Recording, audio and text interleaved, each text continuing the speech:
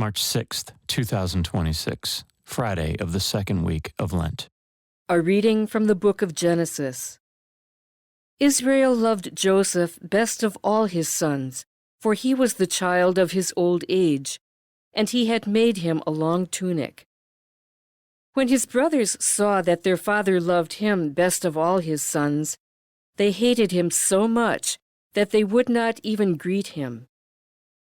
One day, when his brothers had gone to pasture their father's flocks at Shechem, Israel said to Joseph, "Your brothers, you know, are tending our flocks at Shechem. Get ready, I will send you to them." So Joseph went after his brothers and caught up with them in Dothan. They noticed him from a distance, and before he came up to them, they plotted to kill him. They said to one another, "Here comes that master dreamer. Come on, let us kill him and throw him into one of the cisterns here. We could say that a wild beast devoured him.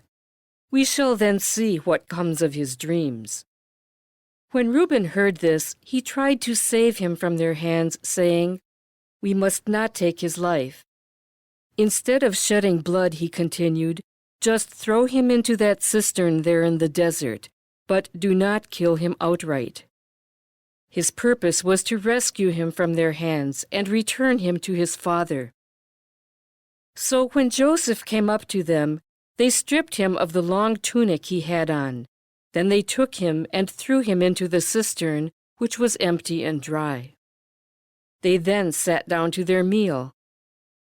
Looking up, they saw a caravan of Ishmaelites coming from Gilead, their camels laden with gum, balm, and resin, to be taken down to Egypt. Judah said to his brothers, "What is to be gained by killing our brother and concealing his blood? Rather, let us sell him to these Ishmaelites, instead of doing away with him ourselves. After all, he is our brother, our own flesh." His brothers agreed. They sold Joseph to the Ishmaelites for 20 pieces of silver. The word of the Lord. The response is, "Remember the marvels the Lord has done." When the Lord called down a famine on the land and ruined the crop that sustained them, he sent a man before them, Joseph, sold as a slave. Remember the marvels the Lord has done. They had weighed him down with feathers, and he was bound with chains, till his prediction came to pass, and the word of the Lord proved him true. Remember the marvels the Lord has done. The king sent and released him. The ruler of the people set him free. He made him lord of his house and ruler of all his possessions. Remember the marvels the Lord has done. A reading from the Holy Gospel according to Matthew. Jesus said to the chief priests and the elders of the people, "Hear another parable. There was a landowner who planted a vineyard, put a hedge around it, dug a winepress in it, and built a tower. Then he leased it to tenants and went on a journey. When vintage time drew near, he sent his servants to the tenants to obtain his produce. But the tenants seized the servants, and one they beat, another they killed, and a third they stoned.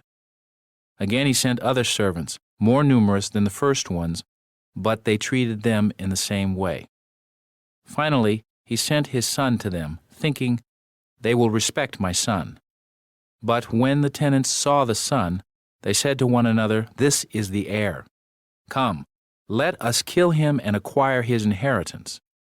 They seized him, threw him out of the vineyard, and killed him. What will the owner of the vineyard do to those tenants when he comes?" They answered him, "He will put those wretched men to a wretched death and lease his vineyard to other tenants, who will give him the produce at the proper times." Jesus said to them, "Did you never read in the Scriptures, 'The stone that the builders rejected has become the cornerstone. By the Lord has this been done, and it is wonderful in our eyes.'" Therefore I say to you, the kingdom of God will be taken away from you and given to a people that will produce its fruit." When the chief priests and the Pharisees heard his parables, they knew that he was speaking about them. And although they were attempting to arrest him, they feared the crowds, for they regarded him as a prophet. The Gospel of the Lord.